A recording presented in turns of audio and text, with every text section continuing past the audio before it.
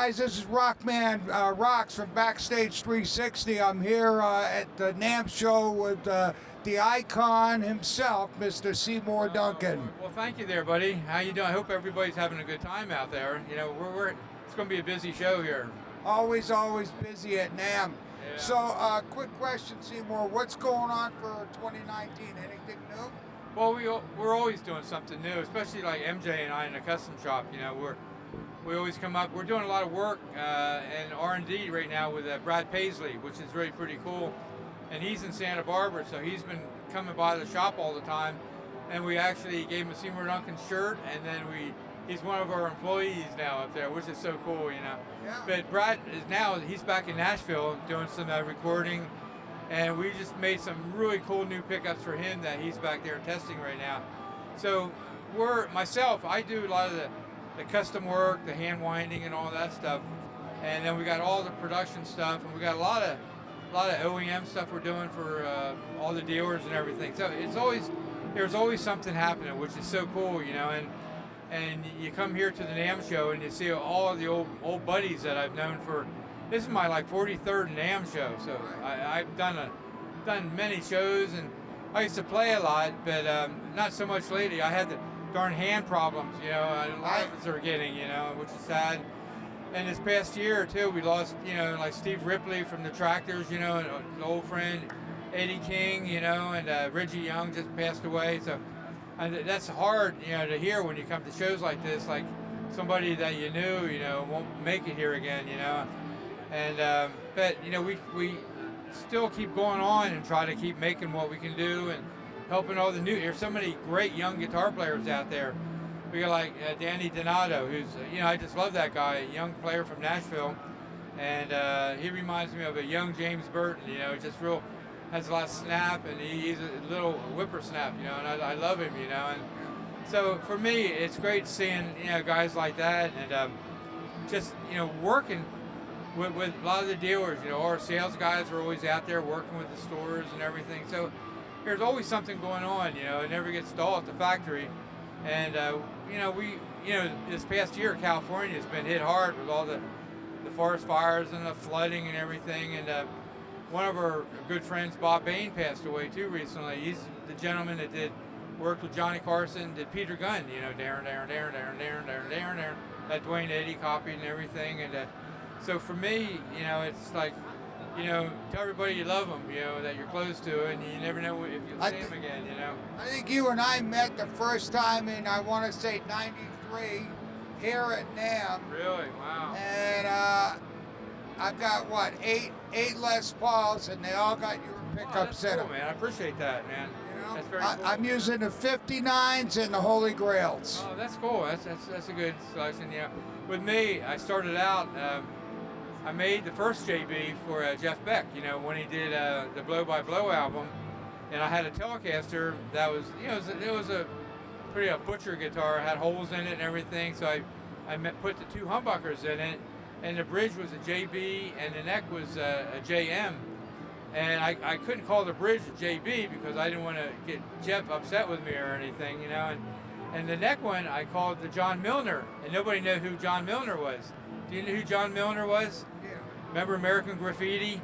He's the guy that had the yellow highboy that Harrison Ford was drag racing with and everything. And then, but John Milner, you know, that was like just one of his favorite movies, you know, seeing those old hot rods in a movie.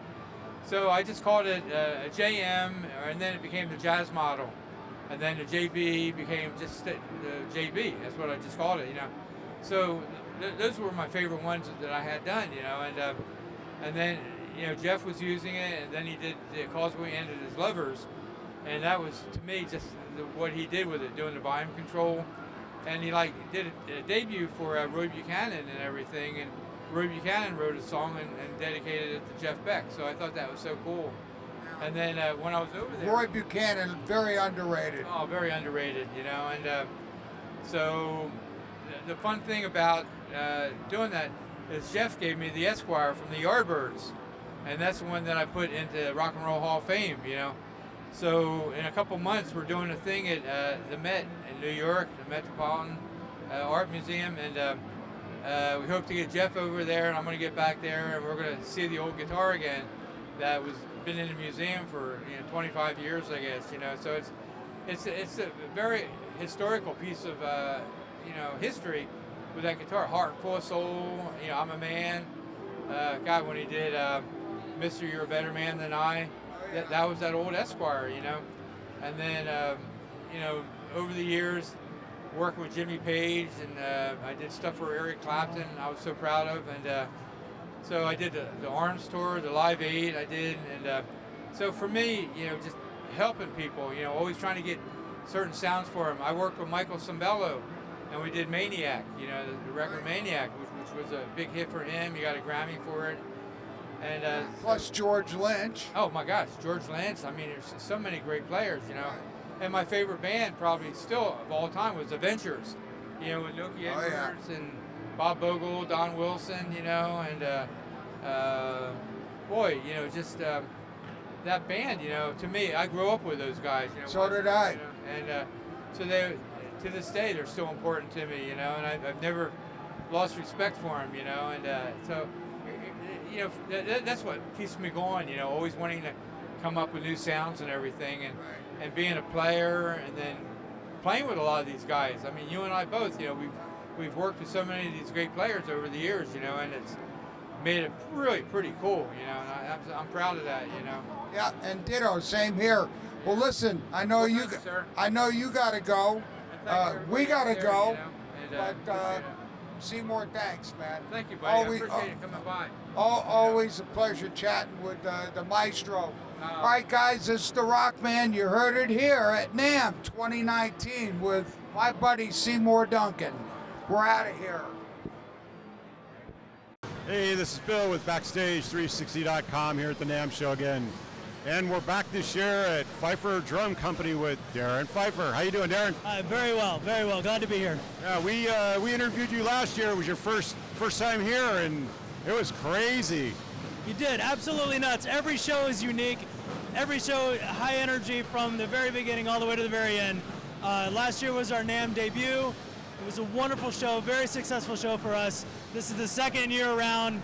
Next year, I already have my booth space for 2020. So Pfeifer Drum Company is going to be at the NAMM show from here on out.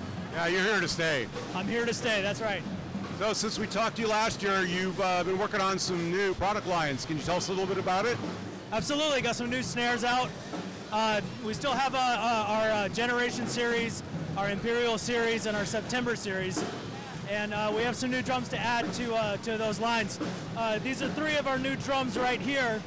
Two of them we debuted at PASIC in November, and then this one here we're debuting here at NAMM. And the response has been overwhelming. People are really loving these drums, and the feedback I'm getting has been tremendous. So starting here, this is from our Imperial series. 6.5 by 14 black nickel brass with die-cast hoops. Everything is plated black nickel, and then I have brass tension rods on the bottom. It's a nice little touch. And always, all Pfeifer snare drums come with professional Remo heads, Remo Ambassador snare side, Remo Coated Ambassador batter side, and Pure Sound snare wires. So this guy is a beautiful drum, and this very beautiful. How's the tone on that? Very loud. Tone is loud, right? That's all that matters, right? Especially in drums. What's up next? Well, it's a brass shell, so it's gonna retain all the qualities of a brass shell. It's gonna have your attack of the metal, and the brass has a little bit of a warmer quality to it than say aluminum or steel. So it's a great all-around drum. Any rock player, funk player, jazz player would definitely get a lot of mileage out of a drum like that. It's gonna fit right into what they're doing. Absolutely. Next up is Generation series. This is a clear acrylic. It's an 8mm shell, cast acrylic, so there's no seam to it at all. Chrome hardware, beaver tail lugs. One of the things I like to do on my acrylic snares is I put a badge on the inside as well. So you can see Pfeifer Drum Co. badges on the inside of the drum. But this is a beautiful snare. I have a Remo Power Stroke 7.7 on it. It's a very fat, punchy sound. I love it. Yeah, it's almost something like you'd want to set up at maybe not play because it looks so beautiful? Oh yeah. They're furniture drums out there. You know, this could very well be a furniture drum, but it sounds so great. It'd be a shame not to just put it on a kit and crank on it for a while. And the next up, everyone loves this one. This is my Generation FX maple snare. It's got 2 maple shells, 10-ply maple shell, with a split in the middle with 17 tambourine jingles built into the shell. Nice. That's definitely innovative. Yeah, I love it. I love this kind of stuff. It's got a blue pearl wrap on it. This is a 12-inch drum. It ends up being 6.5-inch deep.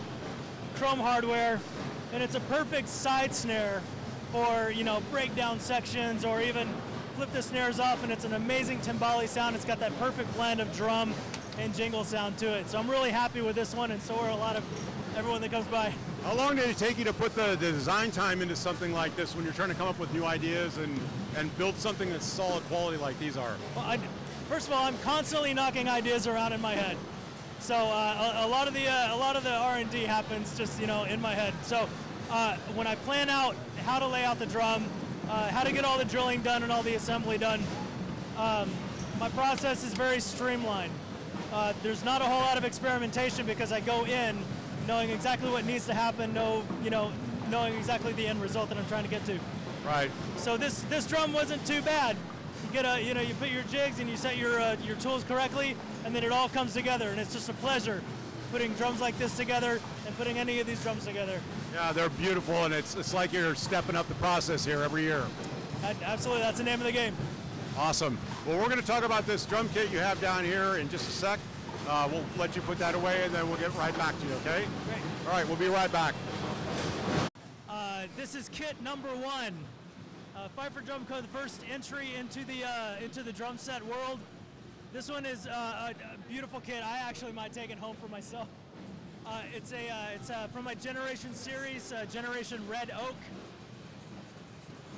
Generation Red Oak.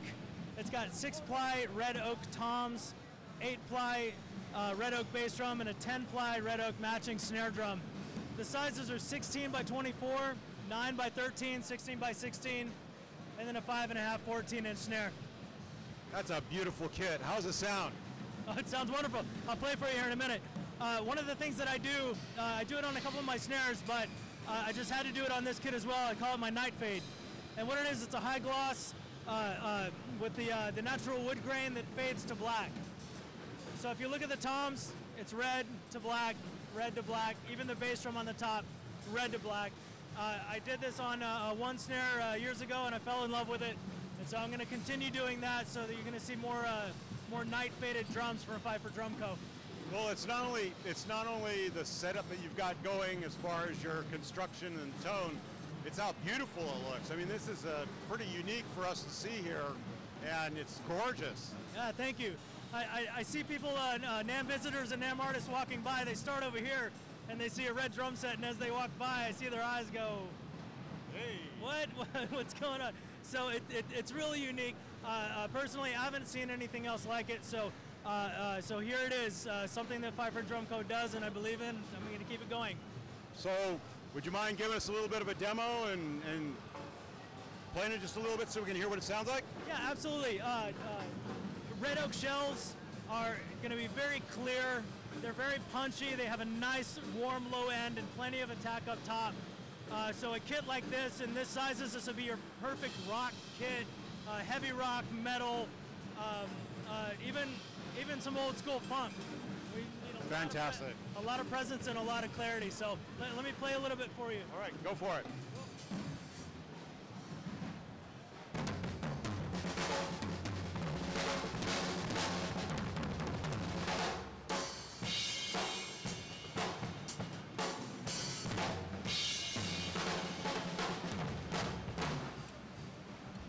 Wow!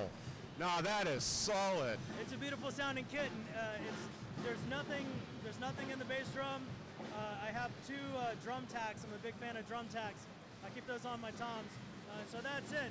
Outside of that, Remo clear Emperors on the top, clear Ambassadors on the bottom, Power Sonic bass drum head, Remo resonant head. What a kit. Yeah, it's wide open and it's a beautiful kit. I'm glad to see this come out this year, Daren. It's beautiful. Thank you very much. Appreciate it. Well, we're going to wrap up here and head off to the next place. It's been a pleasure talking with you once again this year. We hope to do it every year from now on. Thank you so much. Thank you so much Thank for you coming for your by. time. All right, Daren here. Daren, Pfeifer drums. Bill from Backstage360.com. We're out of here.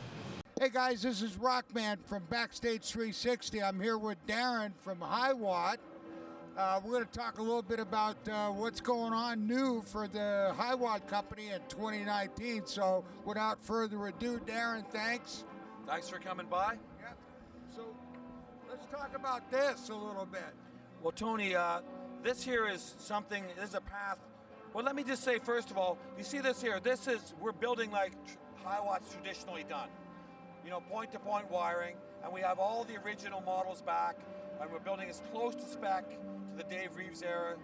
For the first time in 40 years, the trademarks reunited. But we're also doing something new, the custom Super I-50. So we've brought Mike Fortin of Fortin Amplification in. He was the designer, the brilliant designer behind the Randall designs. Okay. And he's added gain stages to us for the first time. So not only do we have the clean channel, now we're actually offering a high gain custom shop model that's point-to-point wired. And you know, it's a 2-channel amp, and this is really not our territory, but you should really hear this thing. It blow your mind off. You know, basically the bottom end, the chugging, all the metal players that have been exposed to it just can't believe that it's coming out of a Hiwatt, because we're really about a clean channel. The biggest problem they have is what do they do with the clean channel, because usually they're not all of them use it. So I said, well, get pedals. So it's a beautiful piece. Yeah, I mean, the original Hiwatts that I remember were the ones Who were playing. That's back right. in the day. It's all about headroom. That's our traditional space. Right. I mean, we're probably the original pedal platform. I mean, all we are is headroom. The Dave Gilmour sound, Pete Townsend sound, even the early Zeppelin. The first 3 tours, all you saw on stage, Zeppelin was Hiwatt. People forget how big Hiwatt was. But the trademark became fragmented, and after 1980 onward, Hiwatt kind of lost its way. But we're back, putting it back on track. Well, exactly. That's why we came today. I wanted to find out a little bit about it. I heard through the grapevine kind of what happened, but we won't get into that. Obviously, I was checking out that new bass cabinet with the A10s in there. That's sick. Well, we developed that specifically for Roger Waters. He wanted to convert back to Hiwatt, but he was using an 810 at the time, and we only have a full range and a dual 15 ported cab. But we're going back to the old ethos of builders. We worked with him to develop that cabinet for him. So he used an 810 and a full range on stage with our DR 201 200-watt bass head. Wow.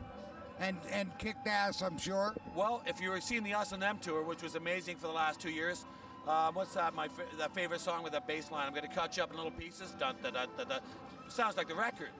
And even I was blown away, right? Front of house went, wow, it sounds like the old days. That's what I want to hear. Yeah, I always dug the Hiwatts. Being a guitar player for me was always, Fender and then Marshall. But I have played some of the early Hiwatts, and they were ballsy, man. Well, Hiwatts out there more than people know. A lot of people were closet users. When you listen to some Fleetwood Mac, Lindsey Buckingham was using a Hiwatt in the early days. When you listen to Badfinger, that's all Hiwatt. Jethro Tull, Robert Fripp, as he continued on, we're working with Brian Eno, there's bits of Hiwatt. I'm not saying that that's all they use, but there's Hiwatt all over the place. It just wasn't documented very well, right? And as I came into running the company, the more I dug, the more I found out I call it closet Hiwatt users. They had a Plexi, they had whatever, beautiful amps, but they also had a Hiwatt. Well, I always admired the headroom on the things, just kicked ass, especially on power chords. Well, that's where Pete Townsend, the ultimate. Just missed the Quadrophenia, Who's Next, and there you go. Well, all right, man. Thanks for the time. It's been a pleasure. Thanks for coming by. Hey, listen, we had to do it. This is NAMM. This is what it's all about. Well, we're a corporation, but we still try to keep the rock and roll in it. I'll say that too. If we've tried to work with our artists, we want to be down to earth. So that's what NAMM is about too. So we try to keep the rock and roll and everything in this company. All right, guys, you heard it here. 2019 NAMM with Daren, my boy from Hiwatt. And Worldwide trademark, reunited, we're back. That's right, they're back. Anyway, we're out. I